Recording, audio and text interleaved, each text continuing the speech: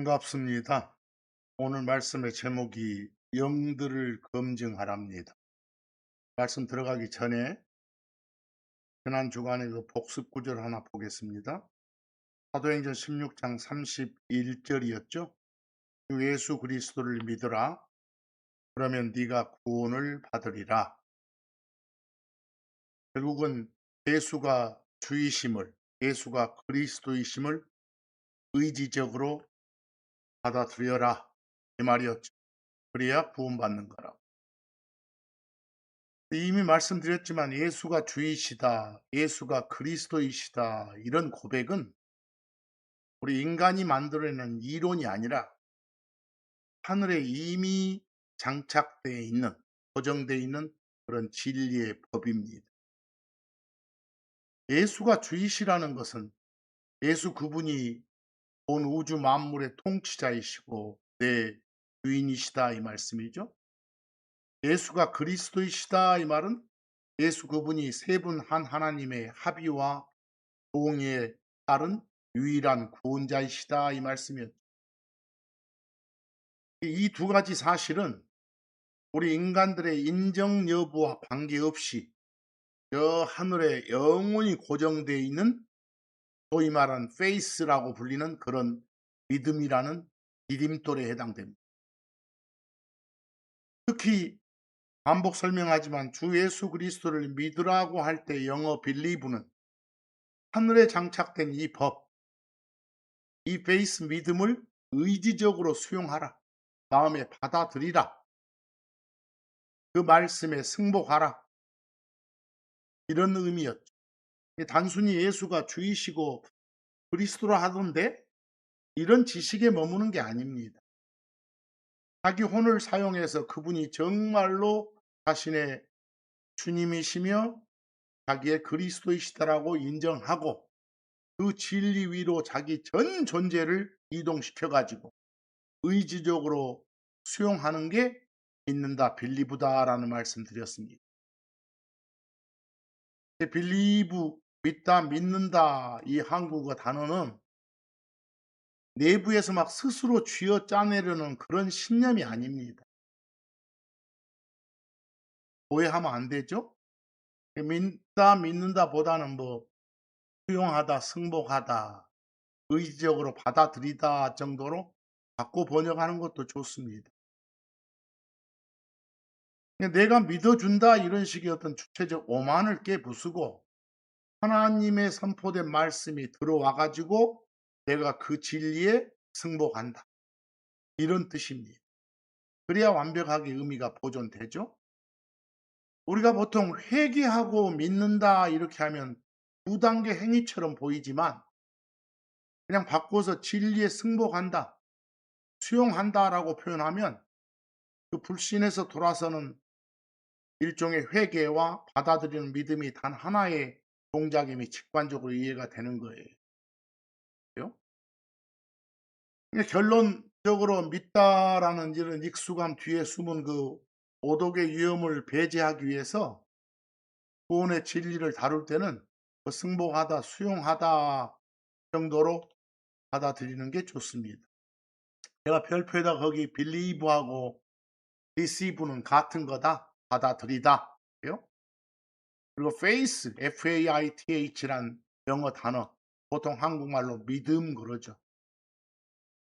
우리가 세상에서 말하는 여러분들이 흔히 그냥 입에 오르내리는 그런 자기 신념, 자기 확신에 해당되는 믿음하고는 달라요. faith 믿음은 간단히 말하면 하나님의 말씀이거든요. 우리가 여러분과 제가 불신자들한테 은혜의 말씀, 은혜 복음을 전할 때 추상적으로 여러분 이 페이스 믿음으로 다시 태어나야 합니다. 페이스 믿음으로 구원받아야 합니다. 이런 식으로 퉁쳐서 말하면 그 듣는 사람은 도대체 뭘 어떻게 하라는 건지 알 수가 없어요. 이 한국말 믿음이라고 번역되는 영어 페이스는 이미 장착되어 있는 하늘의 모든 법, 하나님의 모든 법을 가리키는 표현이다 이렇게 하시면 됩니다. 그렇게 했을 때 페이스 믿음은 내가 스스로 만들어내는 주관적인 감정이 아니라는 거죠. 이미 하늘에 완성되어 있고 장착되어 있는 하나님의 말씀,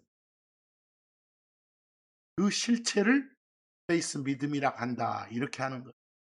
여기 로마서 10장 17절 한번 봐보실래요? 거기에 따르면 이 페이스 믿음의 뿌리이자 본체가 바로 말씀이라는 거예요. 그 페이스 믿음은 내게서 생기는 게 아니라는 거예요. 오는 거예요. 이 페이스 믿음은 세상 사람들이 입에 알고 사는 그런 믿음이 아니라는 거예요. 음만 같지 내용이 다른 거라는 거예요. 세상 사람들이 말하는 믿음은 뭐예요? 자기 확신, 자기 신념의 결과물로 자신한테서 만들어지는 거예요. 그러나 성경이 말하는 페이스 믿음은 뭐라고요? 하나님에게서 여러분과 저한테로 전해지는 말씀 그 자체예요. 자칭 신자라 하면서 이 믿음이란 말을 내뱉을 때 그 믿음이 뭔지도 모르고 사용하는 게 참 안타까운 현실이거든요. 로마서 10장 17절 봐보실래요? 그런즉 이와 같이 믿음은, 그때 믿음이 영어로 faith예요. 우리가 세상에서 말하는 그런 믿음, 자기 신념, 자기 확신을 말하는 믿음 아니에요. 근데 이 믿음이란 건 들음에서, 그리고 들음은 하나님의 말씀에 의해서 오느니라. 믿음이 온대요. 어디 있다가 온대요. 하늘에 있다가 오는 거예요. 그게 뭔데? 하나님의 말씀이다. 이 성경이 말하는 이 페이스 믿음 안에는 하나님의 성품, 다시 말해서 하나님 중심의 가치관이 그대로 녹아 있는 거예요. 그렇게 크리스천의 삶은 어째요? 이 페이스 믿음이라는 이 견고한 디딤돌을 발로 딛고 서서 한 걸음씩 걸어나가는 여정인 거예요. 다시 한번 요약하면 그 영어 believe, 한국말로 믿다라는 동사는 인간 편에서 의지적으로 수용해서 행하는 걸 말하는 것이고, 영어 faith는 한국말로 믿음이란 요 명사는 하나님 편에서 이미 마련해 두신 하나님의 법도와 약속을 말하는 거예요. 바로 여러분과 저 같은 우리 성경 신자들은 하늘에 이미 완벽하게 장착된 하나님의 법도인, 하나님의 말씀인 이 페이스, 믿음을 우리의 의지적 수용인 빌리브를 통해서 마음에 심어가지고 그걸 디딤돌 삼아서 살아가는 하나님께 속한 자들이다. 이렇게 정의하면 돼요.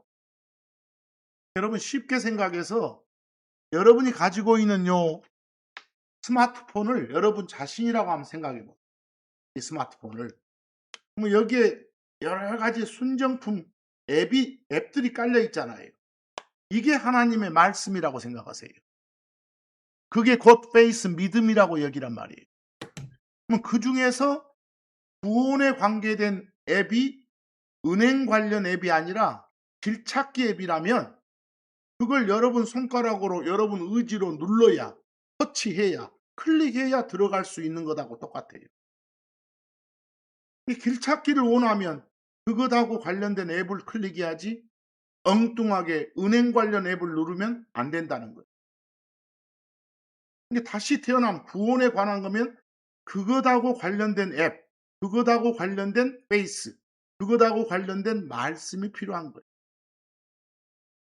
막연하게 믿으시면 의인 됩니다 라고 외치는 거, 이건 무작정 그냥 요 화면만 터치하라고 부르짖는 허공의 메아리에 불과하는 거예요. 이게 반드시 어떤 내용의 베이스 믿음을 의지적으로 빌리브, 수용해야 하는가, 이게 선명하게 제시돼야 하는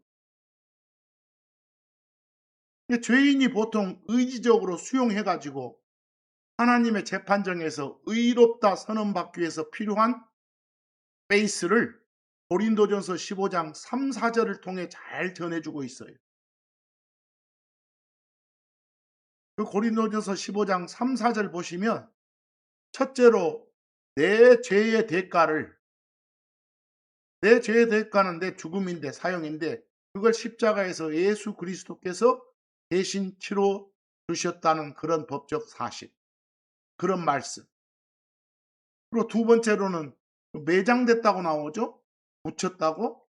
내 과거의 모든 죄와 타락한 옛사람이 그 묻히신 그리스도와 함께 완전한 심판 속으로 들어가서 다 끝장났다. 이런 법적 사실. 그리고 세 번째로는 다시 일어나셨다. 부활하셨단 말이 나오죠. 그리스도께서 사망 권세를 깨뜨리고 다시 일어나심으로써 그분 당신을 수용하는 자들한테 부여될 새로운 영원한 생명과 의롭다 선언하심에 완벽한 보증이 마련되었다라는 그런 법적 사실. 이게 베이스예요. 그걸 의지적으로 수용하는 게 구원받는 것, 의인되는 것이고. 고린도전서 15장 1절에서 4절 한번 보실래요? 바울이 게다가 형제들아 내가 너희에게 선포하였고 너희가 또한 받았으며 이미 자기가 선포했다 하죠. 그리고 상대인 성도들이 받았다 하죠. 그리고 그 안에 너희가 서 있는 그 복음 이미 받아서 그걸 마음에 저장했고 심었고 그걸 토대로 의인 생활을 하고 있다는 거예요. 그 복음을 내가 너희에게 밝히노라. 복음 역시 말씀이니까. 2절 너희가 만일 내가 너희에게 선포한 것을 기억 속에 간직하고 너희가 헛되이 믿었던 것이 아니라면 제대로 받아들여서 마음속에 심었다면 너희는 또한 그것에 의해 구원을 받았느니라 이랬어. 그 다음 3절 가서 이는 나 또한 받았던 것을 그 은혜 복음을 어디서 그냥 뚝 떨어진 게 아니라 하나님한테서 직접 바울 자신이 받았다는 거예요. 나 또한 받았던 걸 무엇보다도 먼저 내가 너희에게 전달하였음이니 그 다음 중요해요. 그리스도께서 기록들에 따라 우리의 죄들로 인하여 당신 죄가 아니라 여러분과 저의 죄 때문에 어떻게 죽으셨는가 하는 거. 십자가 처형 당하셨죠. 피 흘리고 죽으셨죠. 정기고문 당한 거 아니죠.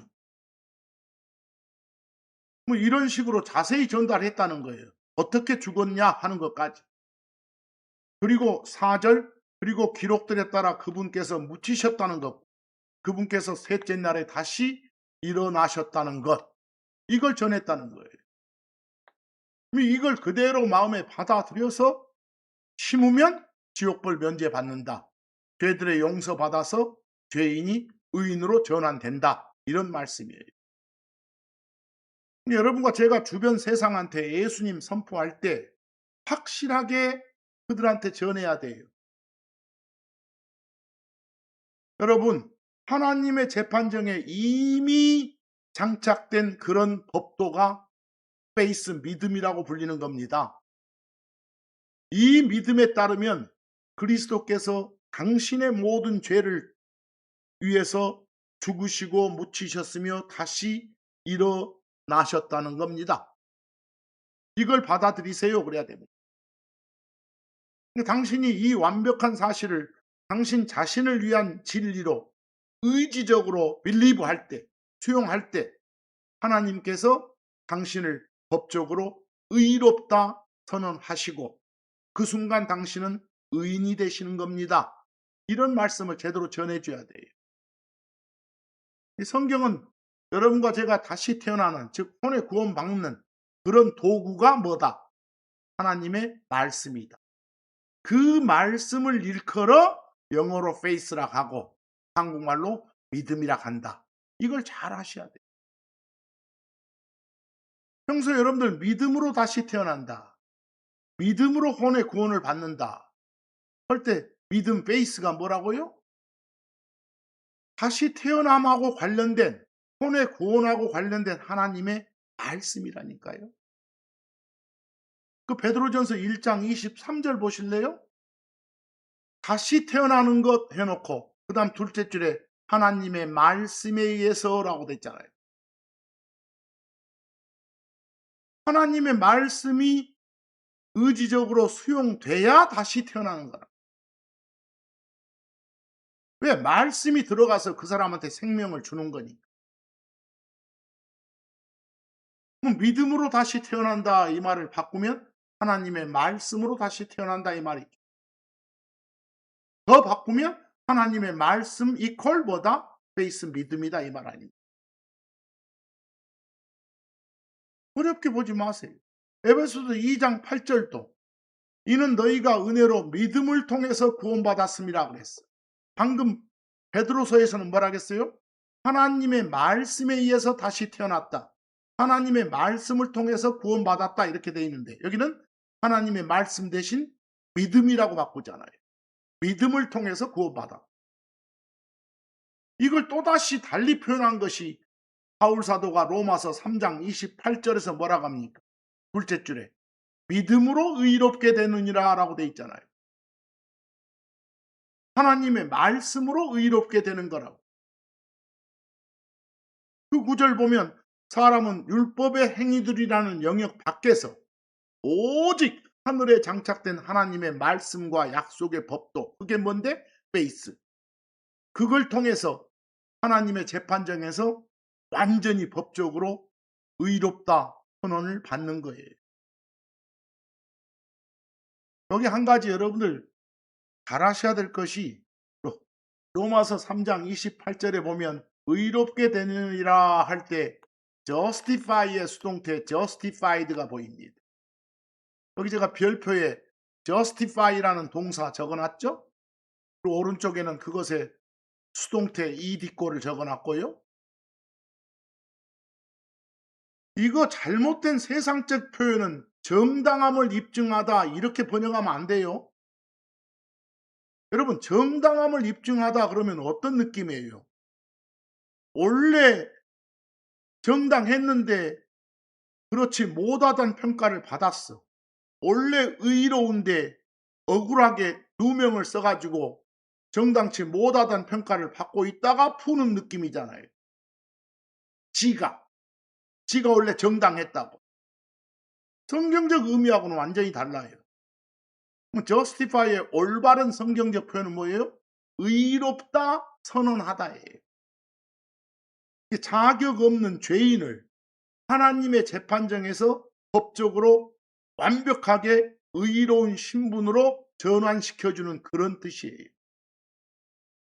앞으로 능동태 justify는 의롭다 선언하다 이렇게 해주시고 수동태는 의롭다 선언 받는 거니까 의롭게 되었다, 의롭게 되다 이렇게 하지 일부 번역본처럼 뭐 정당함 어쩌고 저쩌고 하면 개판이에요.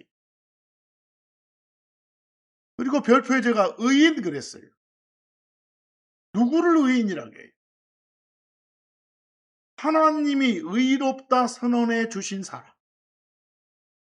다시 말해서 하나님에 의해서 의롭게 된 사람을 의인 그래요. 의롭다 선언 받지 못한 사람은 죄인 그러고 죄와 의가 반대말이에요. 하나님이 의롭다 선언해 주신 사람이 의인이라면 그 사람이 의인 될 때 그 사람 편에서 공로가 0%예요. 지 스스로 의로워졌다거나 지 스스로 억울함을 해명했다거나 지 스스로 어떤 선한 행위를 해서 의인이 된 거 아니란 말이에요. 오로지 하나님 편에서의 선언이 100%인 거예요. 오직 하나님의 재판정에서 베이스를 의지적으로 수용한 자한테 하나님이 능동적으로 너는 의롭다 하고 법적 신분을 새로 정립해 주셨기 때문에 의인된 거예요. 우리 공로는 없죠. 그래서 갈라디아서 2장 16절에 뭐라고 합니까? 사람이 율법의 행위들로가 아니라 예수 그리스도의 믿음으로 예수 그리스도의 말씀으로 이 말이에요. 구원에 관한 말씀 의롭다 선언해 주시는 것하고 연관된 말씀 그 말씀이 바로 주 예수 그리스도를 빌리보아라 믿으라였어. 예수 그리스도께서 내 죄 때문에 죽으시고 피 흘려 죽으시고 묻히시고 다시 일어나셨다는 그런 사실을 받아들이라는 거예요. 그 말씀이 바로 예수 그리스도의 믿음이에요. 거기를 엉뚱하게 뭐 예수 그리스도를 믿는 이렇게 하지 말고 말씀이니까 그걸로 의롭게 되는 것을 알기에 그랬어. 뭐 예수 그리스도의 말씀이 구원에 관한 그런 말씀이 의지적으로 수용된 그 자한테 들어가 있을 때 하나님은 그 자를 보고 의롭다 선언해 주신다 이 말이에요. 그걸 저 후반부에서는 그리스도의 믿음으로 의롭게 되려 함이라라고 표현해 놨어요. 그리고 마지막에 율법의 행위들로는 어떤 육체도 의롭게 될 수 없음이라라고 돼 있잖아요. 이런 말씀들을 잘 파악하셔야 돼요. 여러분 평소에 그리스도의 믿음으로 산다. 예수 그리스도의 믿음으로 산다. 뭘 가지고 어떻게 산다는 말이에요. 내 안에 살아계신 예수 그리스도의 말씀과 그분의 그 신실한 법도는 결코 변하지 않아요. 내 안에 장착된 그리스도의 완벽한 그런 말씀을 신뢰하면서 살아간다 이런 말이에요. 우리가 실생활에서 성경을 모르는 그런 자기 감정 중심의 살면 삶은 어떻게 해요? 내 마음에 들면 성령이 인도한다고 하고 내 기분 나쁘면 마귀가 시험한다 식으로 그런 식으로 모든 걸 지 중심으로 알리바이를 세우면 안 된다는 소리예요. 진짜 진정한 크리스천의 삶은 내 기분과 감정이 어떻든 간에 이 기록된 말씀이 하라 하면 내 감정 꺾고 하는 거고 하지 말라 하면 내 욕망이 요동치더라도 멈추는 게 바로 예수 그리스도의 믿음으로 사는 삶이에요. 아까도 말했잖아요. 요 스마트폰 자신, 요 기기 본체를 자신이라고 생각을 하니까요. 그리고 거기에 깔린 순정 앱들을 하나하나가 하나님의 말씀, 이게 베이스다 이렇게 생각하세요. 그 앱 하나하나를 자기가 의지적으로 지 손가락으로 터치하고 조작해야 가동이 되잖아요. 거기서 만약에 내비게이션에 길찾기 앱이면 직진하라, 좌회전하라, 우회전하라, 진입하라, 진입하지 마라 이런 기준이 다 있다고요. 그게 베이스라고요. 이미 내부에 우리 내부에 받아들였으니까 장착돼 있다고. 그러니까 우리가 삶의 중대한 갈림길에서 이 길찾기 앱을 터치하고 원하는 정보를 입력했다고 해봐. 그 말씀을 터치해서 입력했다고 해봐봐. 근데 그 앱은 뭐라게? 여기서부터 쭉 지금 100km 그냥 직진하라. 이런 지시를 내리고 있어요. 그럼 그 지시에 따라서 편안한 주행을 하면 되잖아요. 근데 갑자기 주행하다가 길잡기 화면 전체를 가리는 막 화려하고 자극적인 팝업 창이 하나 떠. 이상한 앱이 하나 딱 떠. 그럼 주행길도 한참 남았고 100km 직진하라겠습니까? 그나마 또 가고 있는 게 자동차 전용 도로예요. 살짝 그 악성 코드가 띄우는 팝업창 광고를 내 손에 손가락으로 내 의지로 꾹 클릭해버려. 그걸 빌리브해버려. 그러다 보니까 팝업 광고가 주는 그런 일시적인 편안함과 감정적인 만족에 취해서 주행하다가 정신 차리고 길찾기 앱으로 딱 들어가 보니까 이미 100km 직진 훌쩍 지나가 버렸어. 그러니까 내 스마트폰 화면에서 번쩍이는 그 창 보고 내 의지로 누른 것이니까 이걸 또 지는 말씀의 베이스에 따른 삶이라고 착각하고 다 지냈던 거예요. 그때 기분은 최고조로 황홀했지만 실제 삶의 차는 어째? 길찾기 앱의 지시를 완전히 이탈해 가지고 엉뚱한 것으로 돌진하고 있게 된다 소리. 하란 법도는 무시하고 하지 말란 광고만 따라가다 비참한 꼴이 되는 거예요. 이건 그리스도의 페이스, 그리스도의 믿음으로 살아내는 삶이 아니에요. 지 믿음, 지 신념으로 사는 삶이.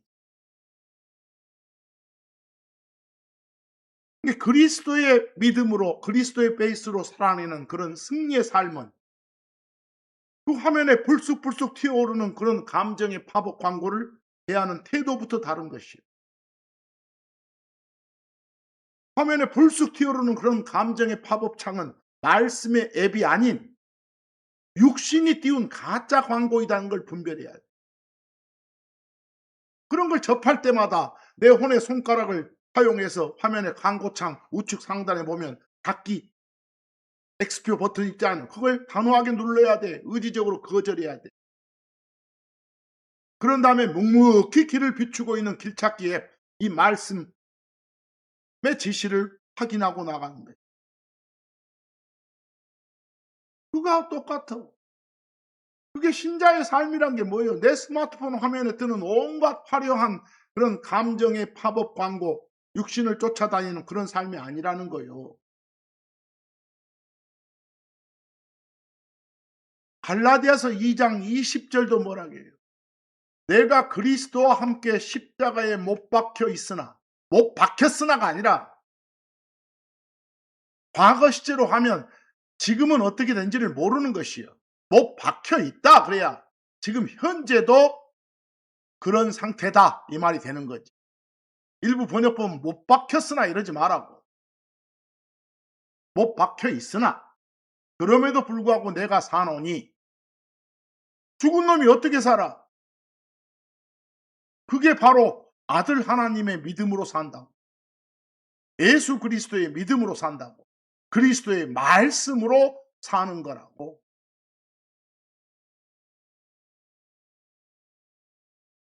자, 이 정도가 지난 주간에 했던 주 예수 그리스도를 믿으라 그러면 네가 구원받으리라고 연관된 복습 말씀이었습니다. 이제 오늘 제목이 영들을 검증하라 라고 돼 있어요. 그걸로 한번 들어가 봅시다. 영 하면 여러분들은 뭐가 떠올라요? 흔히 떠오른 게 영혼몸 할 때 그 영 떠오를 거예요. 뭐 하나님은 영이시다 할 때 그런 영 떠오를 것이고, 또 우리가 섬기는 하나님은 세 분 한 하나님입니다. 그중 한 분의 호칭이 영입니다. 이런 영 떠오를 것이고, 내가 말한 그런 영 각각 다 다르죠. 이미 우리가 살펴본 바에 의하면 영 나오면 그 영이 과연 정확하게 뭘 말하는 건지를 이해해야지, 안 그러면 붕붕 떠다닌다겠어요. 한번 봤던 구절인데 다시 한번 봐볼 게 있어요. 요한복음 6장 63절 한번 봐보세요. 살리는 것은 바로 영이니라 그랬습니다. 예수님 말씀입니다. 영이 살린대요. 영이 생명을 준대요. 그럼 생명을 주는 게 영이래요. 살리는 게 영이래요. 영이 뭔데? 살린다, 생명을 준다는 다시 태어나게 해준단 말 아닙니까? 아까 뭐라 했습니까? 뭘로 다시 태어난다겠습니까? 페이스 믿음으로, 더 구체적으로 하나님의 말씀으로. 그게 다시 태어나게 한대요. 그게 살리는 거래요. 그게 생명을 주는 거래요. 그럼 여기다 대입하면 영은 바로 말씀이죠. 이 영이 뭔지를 몰라. 어떤 걸 말하는지 몰라. 이 말씀 읽어봐야 무슨 소용이 있어요. 예수님이 이 말을 해도 청중들이 멀뚱그레 바라보면서 못 알아먹는 것 같으니까 뒤에 설명해 주시는 게 뭐라겠어요. 내가 너희에게 고하는 말들, 내가 지금 하는 이 말, 이게 뭐다? 영이다 라고 하잖아요. 그리고 그게 생명이라고 하잖아요. 그게 들어가야 살리는 거다 이 말은 아니에요. 여기서 말한 영은 뭐다? 말씀이구나. 말, 교리, 이걸 영이라 하는구나. 이렇게 알면 됩니다. 거기 잠언 1장 23절 한번 봐보세요. 읽어도 뭔 말인지 모르면 무슨 소용이 있습니까? 하나님께서 내 책망에 너희를 돌이키라. 내 책망의 말을 듣고 돌이키라. 여러분들 흔히 쓰는 말로 회개하라 그 말이에요. 생각의 방향을 바꾸라 이 말이에요. 하나님 쪽. 보라, 내가 내 영을 너희에게 쏟아 붓겠노라. 뭘 쏟아 부어 주신단 말이에요. 이 말을 못 알아볼 것 같으니까 뒤에 풀어주는 거예요. 내가 내 말들을 너희에게 알리겠노라 그 말이에요. 말이 곧 영이고 쏟아 붓는 게 알려주는 거예요.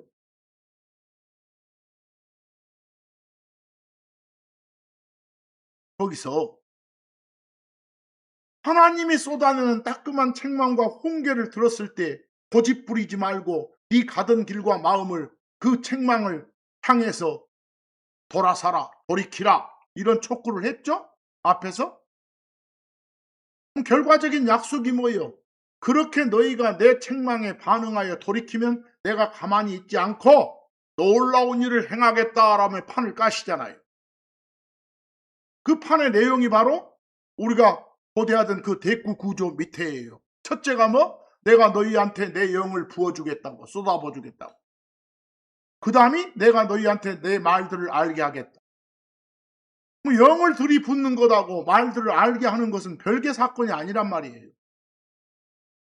영을 쏟아 부어주시는 구체적인 물리적인 방식이 하나님의 말씀을 깨닫게 해주시는 거예요. 아하, 여기서 말한 영은 말, 교리, 말씀이구나. 이렇게. 이런 걸 모르면 성경이 이해가 안 돼요. 여기서 말한 영은 뭐 유령 같은 게 아니라 그냥 책망의 말씀이구나. 이렇게 하시라고요. 그런 내용 이미 봤던 거 디모데전서 4장 1절 한번 보실래요? 우리가 뭘 하겠습니까? 지금 우리가 살고 있는 때가 예수님 곧 오시기 직전이라겠죠. 지금을 마지막 때라겠죠. 마지막 때 중에서도 우리가 후반부에 살고 있어요. 근데 마지막 때 후반부에 일어날 일을 바울이 2000년 전에 예언을 한 게 있어요. 예고한 게 있어요. 디모데전서 4장 1절 뭐라고 해요? 그때가 되면 일부가 믿음에서 떠나가지고 미혹하는 영들, 막 유혹하는 영들, 곧 다시 말해서 마귀들의 교리들의 주의를 기울이라. 이런 일이 벌어질 거라고. 영이 뭐요? 속히 그대로 해보세요. 영 이퀄 교리잖아요. 마귀가 여러분들 막 미혹할 때, 유혹할 때 직접 하는 경우 거의 없어요. 지가 사기꾼인 사람을 이용해 가지고 그놈을 이용해서 그놈 말을 통해 여러분을 미혹시키는 거예요. 뭐 여기 읽어봐도 영 이퀄 뭐다? 교리다 이렇게. 그 다음 좀 더 봅시다. 여러분들 요한 일서를 보면 스피릿, 영이라고 번역된 스피릿이 7번이 나와요. 근데 그 영이 뭔지를 모르면 뭔 말인지 몰라요. 요한일서에 나오는 7번의 스피릿 다 말, 말씀, 교리를 뜻하는 거예요. 그 중에 요한일서 4장 1절은 이미 몇 주 전에 봤어요. 거기 뭐라고 합니까? 사랑받는 자들아 각각의 영을 다 믿지는 말라. 무슨 말? 누가 이건 하나님의 말씀이다 라고 선포되는 그런 말이 있죠.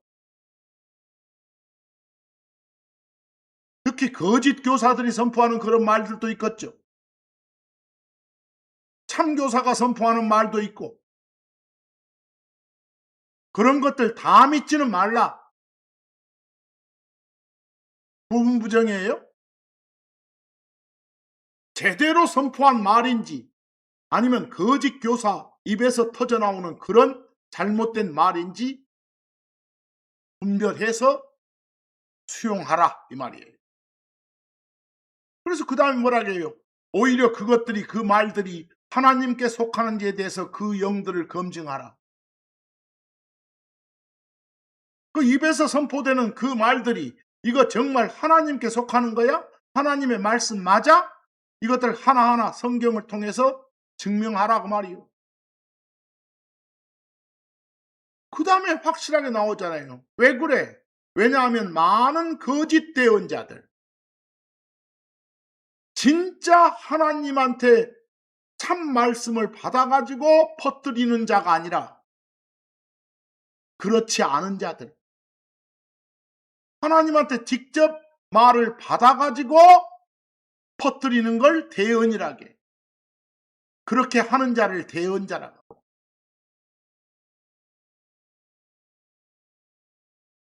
거짓 대언자들이 세상에 나가 있기 때문이라. 세상에 뭐가 많다고? 거짓말하는 놈들이 많다고. 하나님의 참말이 아니라 거짓말, 지가 지어낸 말 하는 놈들이 많다고. 바로 요한일서 4장 1절에 나온 영, 둘 다 뭐라고요? 말이요, 말. 유령이 아니라 말이라니까. 1절에 놀리는 영들을 검증하라 그랬죠. 자칭 대언자라고 하면서 짓거리는 말들 검증하라는 거예요. 참말인지 거짓말인지. 여러분 계시록 19장 10절 한번 봐보실래요? 그러자 내가 그를 경배하려고 갑자기 천사가 나타나서 뭔가 막 말을 해. 그래서 사도 요한이 그 천사 앞에 탁 절하고 말이요. 그러려고 엎드렸어. 그랬더니 그 천사가 나한테, 즉 요한한테 말을 한 거예요. 네가 그것을 행하지 않도록 주의하라. 그러지 마라. 왜 나한테 경배하려고 하냐 그 말이에요. 그러면서 이유를 밝히잖아요. 나는 네 동료 종이고 예수님의 증언을, 예수님의 말씀을, 그리스도의 페이스를, 그리스도의 믿음을 가진 네 형제들에게 속하니라. 나나 너나 똑같은 종이다 그 말이요. 그러니까 나한테 절하지 말고 하나님께 경배하라 그러잖아요. 그리고 뒤에 이는 예수님의 증언이 바로 증거되는 말씀이니까 예수님의 말씀은, 예수님의 페이스는 대언의 영이기 때문이라 그랬어. 거기 보세요. 오른쪽 영어 보면 증언이란 명사 테스트머니가 주어고, 그 다음 쭉 가다가 비동사 is가 보이고, 그 다음에 영이라고 번역된 스피릿이 명사 보호예요. 우리 A is B 하면 A는 B다. A equal B 이 말 아닙니까? 그대로 보면 테스트머니는 스피릿이다 그러니까 테스트머니 equal 스피릿이에요. 여기 스피릿이 바로 테스트머니요. 증언이고 말씀이요.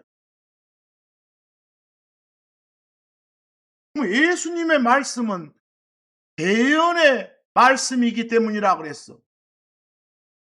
예수님이 하시는, 예수님이 우리한테 주시는 말은 전부 다 대언의 말이라고. 무슨 말이요? 대언이 뭐요? 그 대언이라고 된 영어 프라포시를 잘해야 돼 이거. 조금 이따 더 설명하겠지만 하나님한테 직접 말을 받아서 퍼뜨리는 거, 이게 대언이에요. 여러분 예수님은 하나님 맞아. 세 분 한 하나님 중에 아들이라 불리는 하나님 맞다니까요. 하지만 세 분 한 하나님은 혼란이 아니라 질서를 강조해요.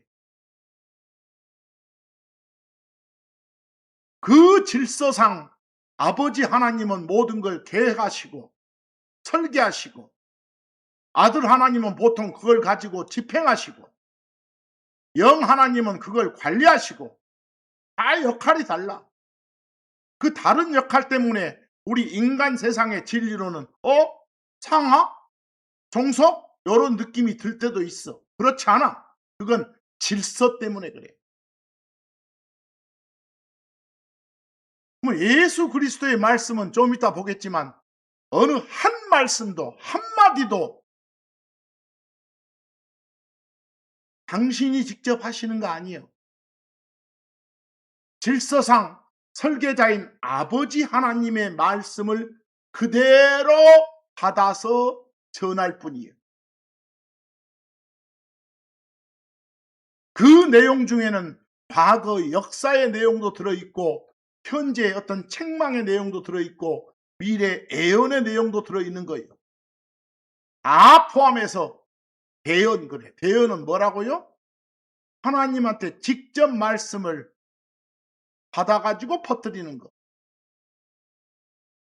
그렇게 하는 자가 대언자예요. 뭐 예수님은 대언자예요.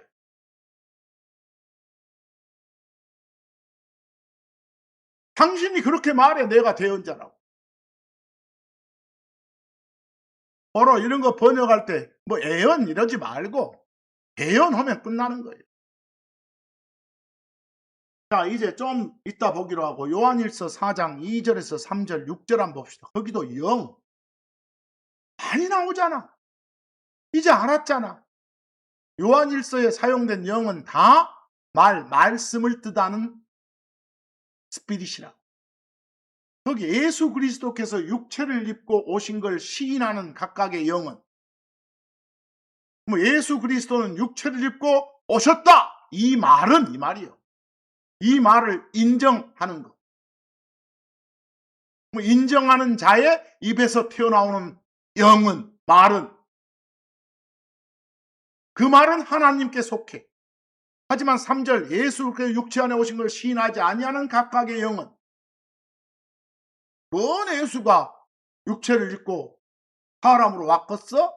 이따위로 말하는 놈들은 그 말하는 놈들의 그런 말은 그 말이에요. 하나님께 속하지 아니하나니 이것은 적그리스도의 그 영이니라 적그리스도의 말이니라 그 말이에요. 우리는 하나님께 속하느니라 하나님을 아는 자는 우리를 듣고 우리를 듣는다고 말은 우리 말을 듣는다고 말이에요. 하나님께 속하지 않은 자는 우리를 듣지 아니하느니라 우리 말을 수용하지 않는다고 말이에요. 이로써 우리는 진리의 영과 어떤 선포된 말이 진리를 가진 말인지 아니면 진리가 없는 말인지를 아느니라 그랬어. 요한 1서에 나오는 영은 전부 다 머릿속으로는 말씀 이렇게 바꿔 번역해도 이해가 빨라. 알겠어요? 정확히 좀 아시란 소리. 이제 여기서 조금 이왕 나왔으니까 한마디 좀 더 하고 합시다. 거기 별표에 영어 단어를 제가 3개 적어놨어. 앞에 prophecy, 명사인데 그 다음 두 번째 prophesy, 동사요. 그리고 마지막 명사로 prophet, 뭔가 행위를 하는 행위자예요. prophet. 전부 다 앞에 PRO가 붙어 있어. 보통 흔히 번역할 때 맨 앞에 건 대언 그러고 두 번째 동사는 대언하다 그러고 세 번째는 대언자 이렇게 번역해. 그걸 기억해 두세요.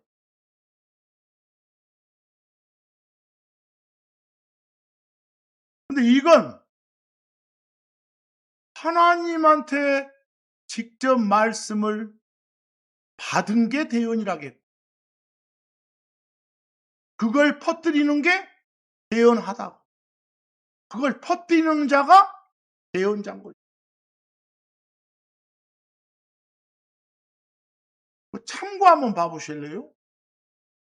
영어로 프로포즈 하면 누구한테 프로포즈 한다고 하잖아요. 자기 자신을 자기가 결혼하고 싶은 사람 앞에다가 딱 펼쳐놓는 것이. 프로포즈 할 때 프로는 앞에다 펼쳐놓는다는 뜻이에요. 포즈는 놓다, 두다 그 말이에요. 프로듀스가 생산하다죠.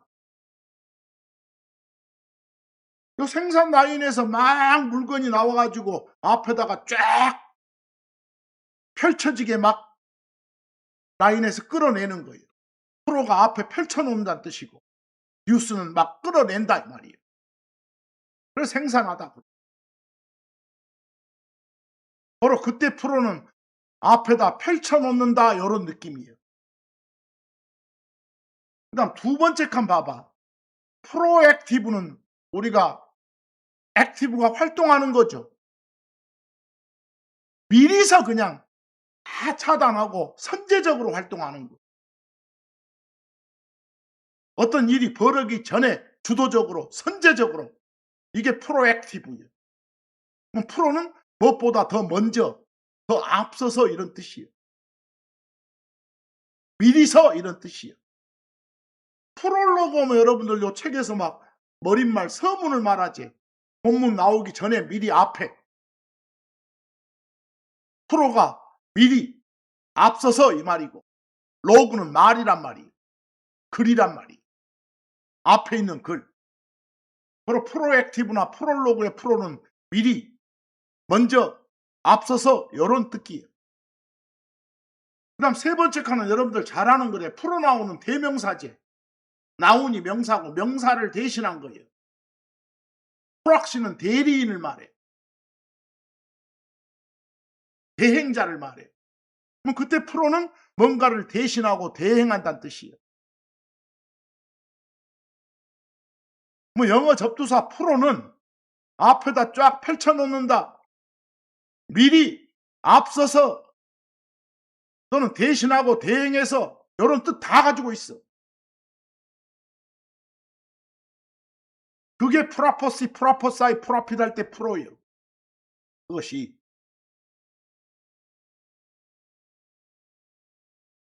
그럼 프라포시 대어는 무슨 말이라고요? 그 프로란 접두사하고 말이란 뜻의 퍼시가 합쳐진 거예요. 하나님한테 직접 말을 받아가지고 사람들 앞에 펼쳐놓는 거예요. 하나님한테 직접 말을 받아가지고 다른 사람보다 먼저 받는 거예요.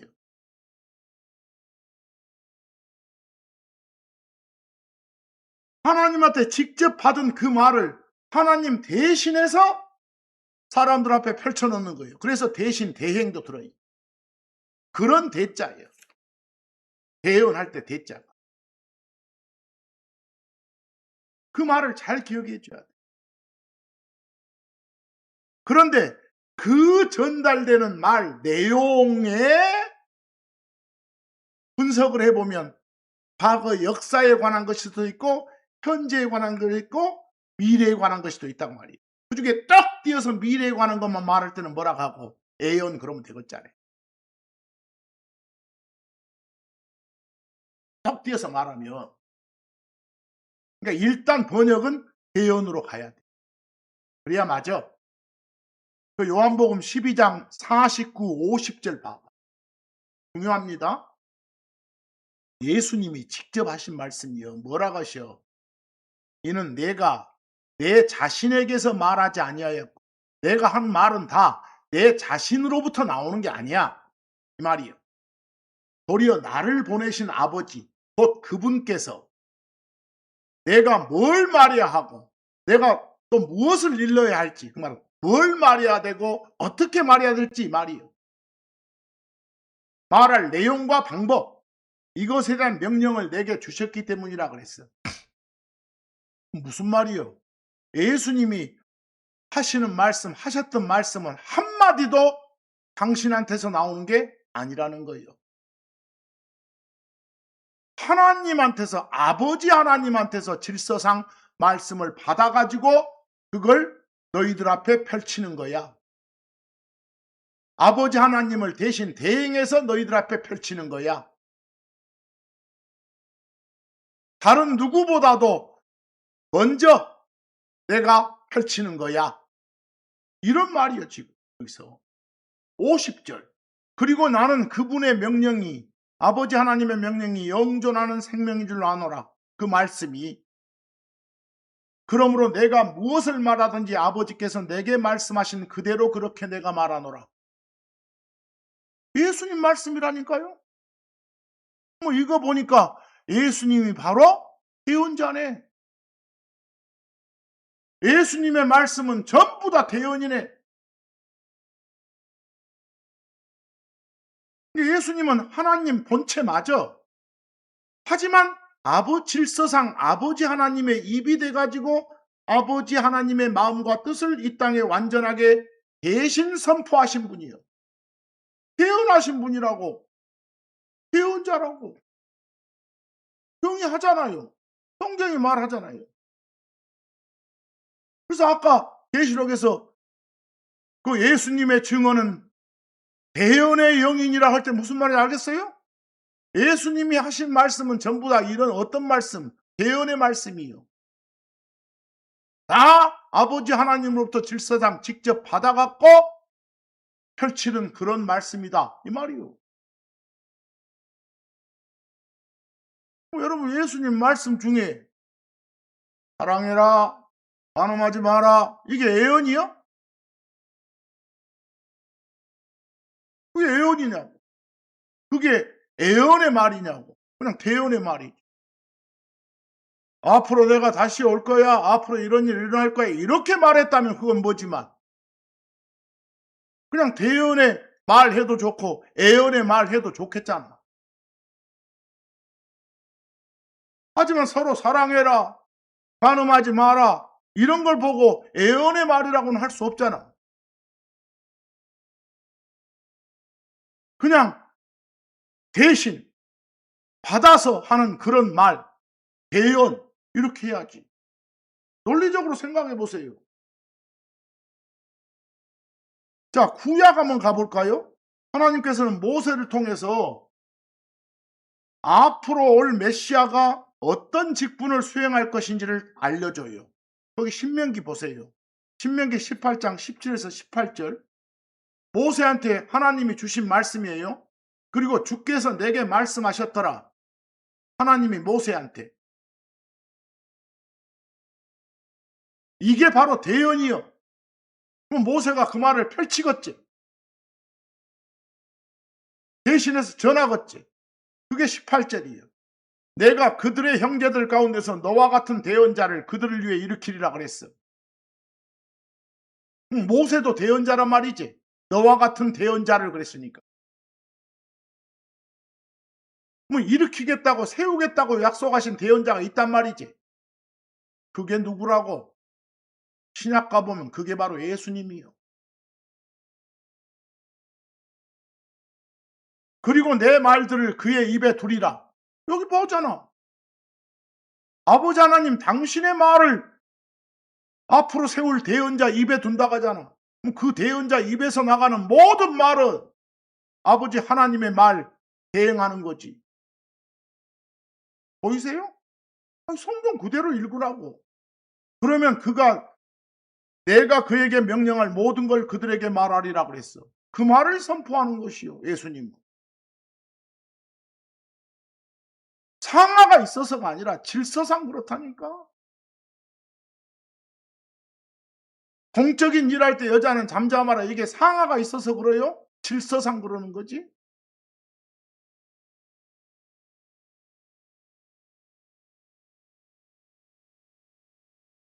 사도행전 3장 22, 23절 나중에 신약의 사도들이 설교할 때 그 신명기 18장에서 모세가 말한 그 대언자가 누구라는 걸 밝혀.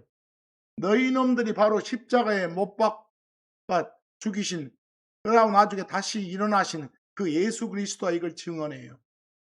그 사도행전 3장 22, 23절 봐봐. 이는 모세가 참으로 그 아버지들에게 말하기를 주 너희 하나님께서 너희 형제들 중에서 나와 같은 대언자를 너희로 일으키시리니 너희는 그가 너희에게 무엇을 말하든지 모든 일에서 그를 들을지니라. 23절 그리고 그 대언자를 들으려 하지 않은 자는 혼마다 사람마다 백성 가운데서 멸망당하게 되리라 그랬어. 나중에 예수 그리스도를 영접 안 하면 다 망하니까. 이게 바로 예수님이라니까. 여기서 언급된 대언자가. 나중에 복음서 가보면 사람들이 예수님을 인식한 직분이 대언자요. 마태복음 21장 11절 그러자 그 무리가 말하였더라. 예수님 보면서 이분은 갈릴리 나사렛의 대언자 예수님이라 이렇게. 예수님 보고 뭐라게? 대언자라고 하잖아요.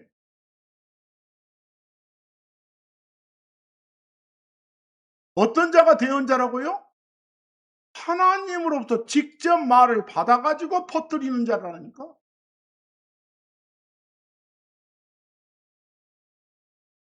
그런 대신 대행자가 예수님이라고 하잖아요.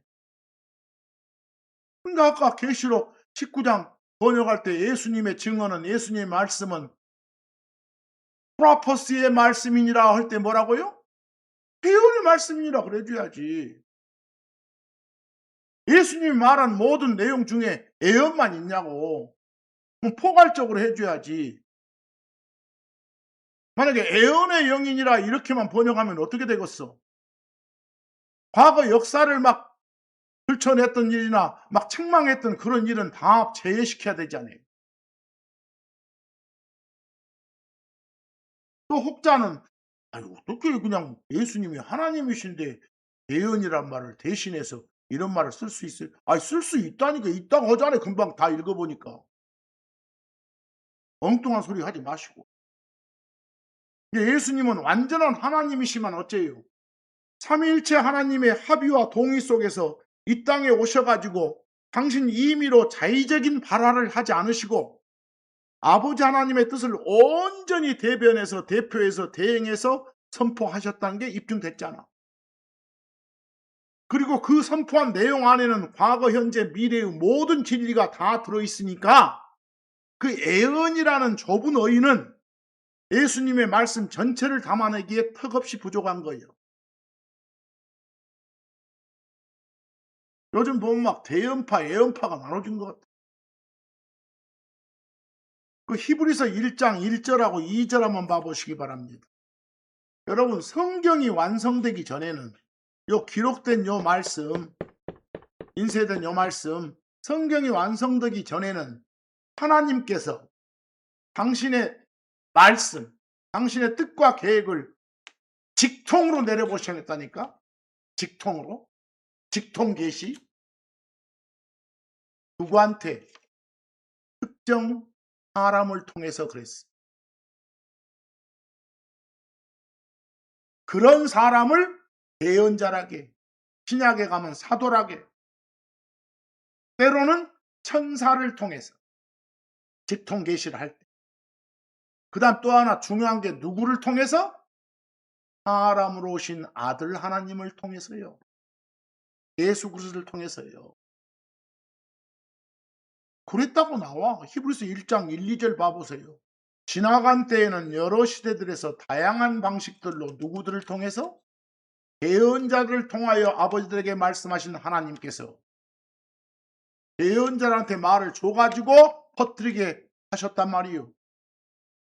그런데 이 마지막 날들에는, 지금 우리 이 시대 말에 이 마지막 날들은 누구를 통해서? 자기의 아들을 통해서, 아들 하나님 예수 그리스도요. 예수를 통해서 우리에게 말씀하셨다 그랬어.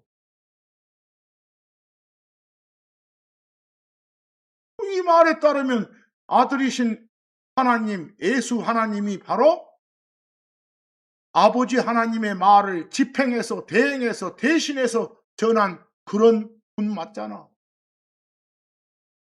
그런 점에서 예수님은 대언자 맞다니까요. 예언자다 이렇게 폭 좁히지 마시고. 물론 여러분들이 가다가 이건 확실히 내용이 앞으로 일어날 일 예언이다 하면 대언 대신에 예언이라고 번역할 수는 있어. 하지만 모든 걸 다 예언이라고 하지는 말한 소리요. 그걸 모순이 되니까. 갈라디아서 1장 11에서 12절 보시오. 그러나 형제들아 내가 너희에게 확인하노니 내게서 선포된 그 복음은, 그 말씀은 사람을 따른 것이 아니니라. 바울이 하나님한테 받았다고 하잖아요. 바울은 사도라 하죠. 특히 아버지 하나님한테서 받은 게 아니라 아들 하나님한테서 받았다고 또 소개를 해. 12절.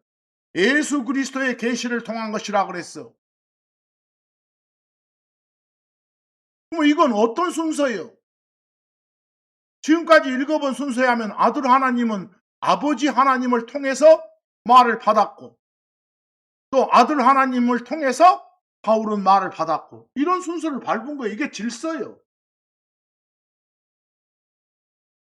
그럼 아들 하나님도 대언자 맞아. 바울도 대언자 맞고, 특히 신약의 바울은 사도라고도 부르고. 여기서 이게 모든 것의 설계자이신 아버지 하나님으로부터 이 직통 계시가 나온 거예요. 발출된 거예요. 아들 하나님을 통해서, 구약에 가면 그 대언자라 불리는 사람을 통해서, 또는 천사를 통해서, 신약에 오면 이 바울 같은 그런 사도를 통해서. 그래서 이게 뭐가 힘듭니까? 근데 프라포시는 모두 다 예외 없이 대언으로 번역해도 아무 탈 없어. 물론 자기 주장대로 문맥상 앞으로 일어날 일에 대한 내용이 분명한 경우라면 그냥 대언으로 번역해도 좋고 미래 일을 말하는구나 라고 이해하면 되잖아. 그냥. 그래도 찝찝하면 예언으로 번역하시고 무방하니까. 그래서 근데 여러분, 우리가 솔직히 어째요? 왜 성경에서 마귀를 귀신이라고 표현 못하게 해요? 글자로 보면 마귀, 귀신은 같은 거예요. 악한 신이고 괴상한 신이니까. 그러나 마귀를 귀신이라 해버린 순간 세상 사람들은 듣자마자 어떤 인식을 하게 되니까 사람하고 연관이 있네? 이러니까 못하게 하는 거예요. 왜 육체를 육신이라고 못하게 해요? 세상적인 관념으로는 육신, 육체 둘 다 몸뚱아리 같지만 성경 신자 입장에서 육신은 그 몸 안에서 설치되는 그 나쁜 놈을 말하거든요. 육체가 아니라. 그래서 구별하자는 거예요. 그래서 우리가 실제로 이 애언도 실제 세상에서 우리가 밖에서 애언하면 어째요? 다 받아들이기를 어떤 미래일을 마치는 어떤 점쟁이 생각하잖아요. 점술적인 예측을 강하게 해버리니까. 그래서 예언 했었지 말고 그냥 대언 하자라고 대안을 세운 거예요. 내용상 미래 일이라 할지라도 그건 단순히 그냥 일기예보 같은 식의 예측이 아니라 하나님의 그 계획을 그대로 선포하는 대언이 본질적으로 더 좋은 거예요. 그러니까 결론적으로 프라포시는 예외 없이 대언으로 번역해도 전혀 탈 없어요. 그러니까 내용이 분명한 미래 사건이라 할지라도 대언으로 번역해 두고 미래 일을 대언하시는구나 라고 이해하는 게 좋아요. 거기서 물론 고집 부려서 이건 미래 일이니까 나 예언으로 할란다 하면 괜찮아요. 이해하시고요. 그리고 앞으로 아까 말한 영어막 프라피시니 프라포사이니 프라퍼시 나오면 이건 요즘 시대에는 그런 일 없어요. 에베소 2장 20절 한번 봐보세요. 그리고 사도들과 대언자들의 기초 위에 세워져 있고 예수 그리스도께서 친히 어떤 모퉁이 돌이시니라 그랬어. 우리 교회 구조를 말하는 거예요. 집 지을 때 기초 파운데이션은 맨 밑바닥에 한 번 깔고 말아요. 막 벽 올리고 지붕 얻는 과정에서 다시 또 밑바닥 까는 경우는 없잖아요. 우리 교회는 사도들과 대언자들의 기초 파운데이션 위에 세워져 있다고 말은 이미 사도라든가 대언자라고 불리는 존재는 지금은 없단 말이에요. 그래서요? 과거에 있었던 존재다 이 말이에요. 그런 역할 그 전에 했었습니다. 자, 여기 참고라고 하는 데만 좀 보고 끝냅시다. 한번 가만히 생각해 보세요. 참고라고 된 데를 보시면서 계시록 1장 3절 읽는 자는 복이 있도다. 그리고 이 대언의 말씀들을 듣고 그 안에 기록된 그것들을 지키는 자들도 그러하도다. 복이 있도라. 이는 때가 가깝기 때문이라 그랬어. 물론 요한계시록은 처음부터 이 책의 성격을 반드시 앞으로 일어날 일들이라고 명시가 돼 있어요. 계시록 앞에가 하나님이 독자적으로 인류의 종말과 완성이라는 그런 비전을 시간 앞에 미리 선포해 두신 책이니까 그 내용의 시간적 성격을 살려서 여기 대언이란 말을 애언이라 해도 돼요.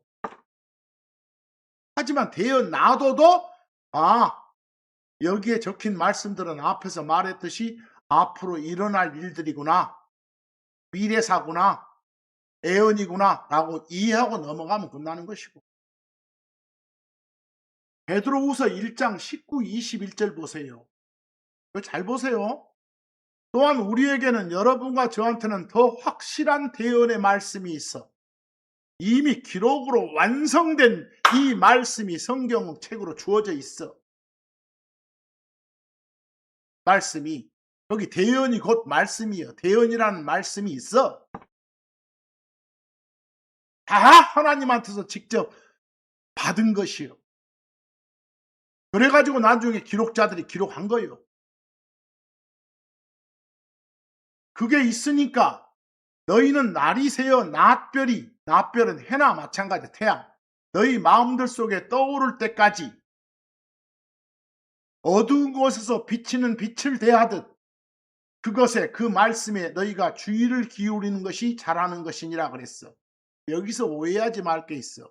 둘째 줄에 너희는 날이 새어 낫별이 너희 마음들 속에 떠오를 때까지 어두운 곳에서 비치는 빛을 대하듯 그랬어. 우리 어두운 데서 빛이 들어오면 뭐가 탁 글씨가 보이잖아요. 캄캄하면 안 보이잖아요. 이거구나라고 그때서 알잖아요. 그러니까 둘째 줄과 셋째 줄 내용은 확실히 말씀을 알 때까지, 확실하게 말씀이 이해될 때까지 이 말이요.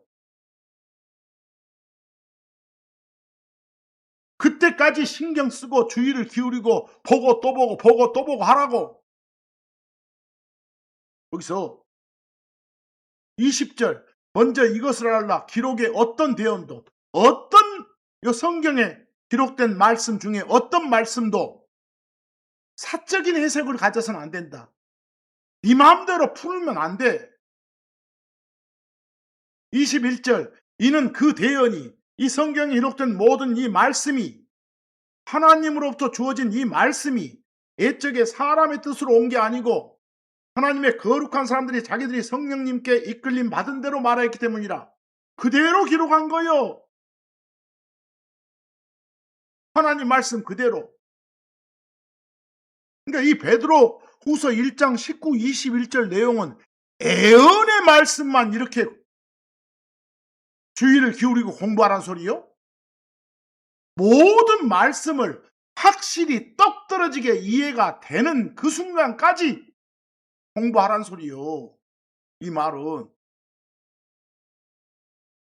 서로 여기서 첫째 줄에 혹은 중간에 있는 대언을 뭘로 바꿔버리면, 애언으로 바꿔버리면 그 미래사적인 내용만 신경 쓰고 공부해란 말이 되버려.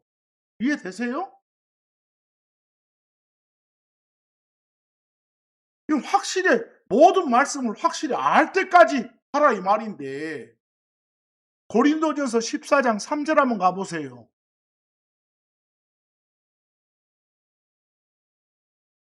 그러나 그 프로포사이 하는 자는 사람들한테 세움과 권면과 위로에 이르도록 말하느니라 그랬어. 뭘 말하고 있어? 성경이 말하는 참된 진짜 대언의 목적과 도달 지점이 뭐냐예요. 점쳐서 남의 사생활 맞추는 게 아니에요. 프라포시는 회중 앞에서 하나님의 올바른 말씀을 선포해가지고 그 회중들을 세워주고 위로해주고 이렇게 하는 것이요. 여러분 주변에 형제 자매들을 세워주고 위로해주고 권면해주고 이런 게 애언이요? 그럼 그렇게 한다를 애언한다 이렇게 하면 쓰겠어? 하나님의 지시대로 말씀의 지시대로 이렇게 그대로 말을 퍼뜨리는 거예요. 이렇게 하라 이렇게. 시기 질투하지 마라. 서로를 사랑해라. 이런 말들. 이게 위로해주고 세워주고 하는 거예요. 그럼 그렇게 하는 자를 애언하는 자 하면 되겠어? 대언하는 자, 하나님의 말씀을 밖으로 퍼뜨리는 자들 이래야지. 이런 경우는 뭐라고 해버리면 개판돼 버린다고. 예언하는 자 하면 개판돼 버리는 거예요. 말이 안 되는 거예요. 모든 프라퍼시, 모든 프라퍼사이, 모든 프라핏을 다 애언 넣어서 번역해야 된다고 주장하면 되겠어? 바울이 설명하는 이런 어떤 은사의 기능은 미래일 예측하는 점치는 거 아니라니까? 회중 앞에서 하나님의 말씀과 뜻을 올바르게 대행해가지고 권면하고 위로하는 그런 행위를 말하는 거예요. 여기서요. 마태복음 26장 68절 한번 가볼래요? 예수님 십자가에 매달아 놓고 이 나쁜 놈들이 로마 군인놈들이 별짓을 다 했어. 너 그리스도여. 우리한테 프라퍼사이 하라. 너를 친 자가 누구냐? 탁! 눈 가리고 때려놓고 누가 쳤냐 알아맞혀봐 이런 것이요. 사실 이때 프라퍼사이는 알아맞혀봐라 말해라 이런 말이에요. 그냥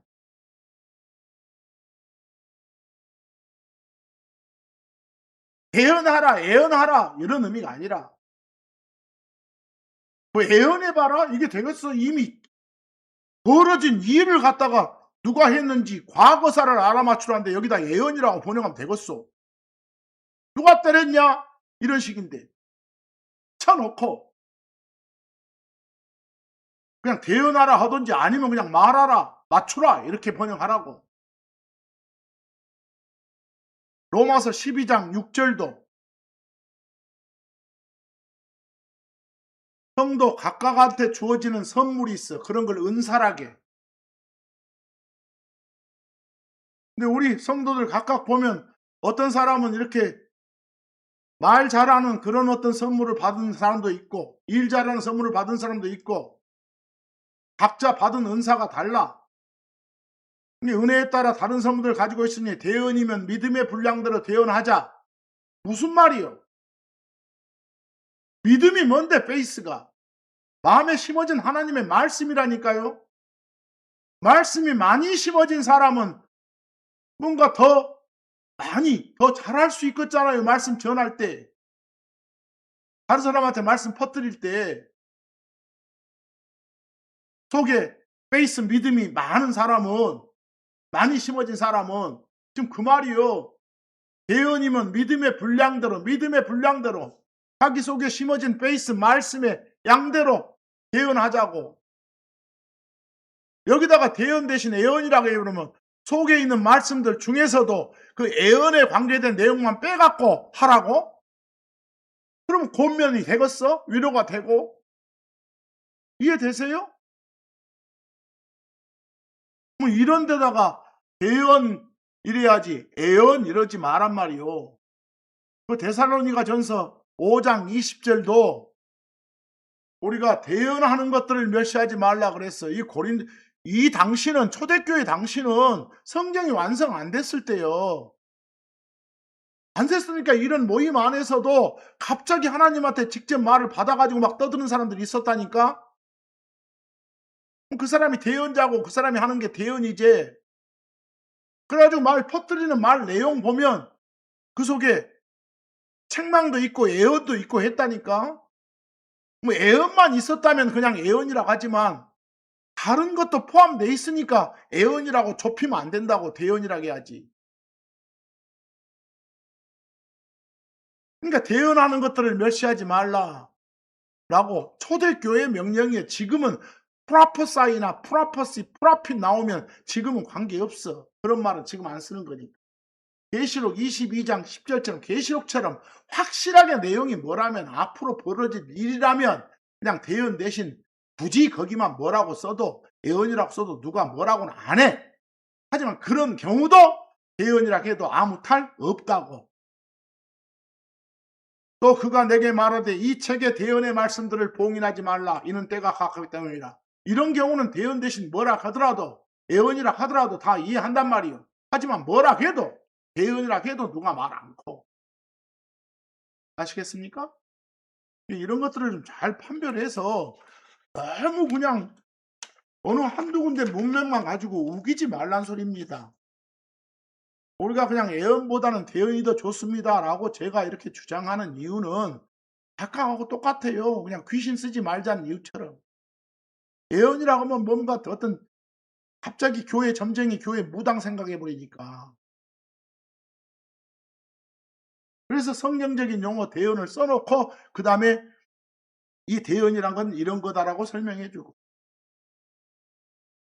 그리고 이 속에 퍼뜨려진 그런 내용 속에는 이런 것도 있고 저런 것도 있고 저런 것도 있다. 이렇게도 말씀해 주면 되잖아요. 이게 뭐 시간 걸립니까? 오늘 가장 중요했던 것은 그 영들을 검증하라 할 때 영은 말씀이란 것 했습니다. 어디서 선포되는 말을 하기 위해서 다 그냥 하나님의 말씀이라고 착각하지 말한 소리. 검증하셔서 받아들이시기 바랍니다. 오늘 말씀 여기서 마치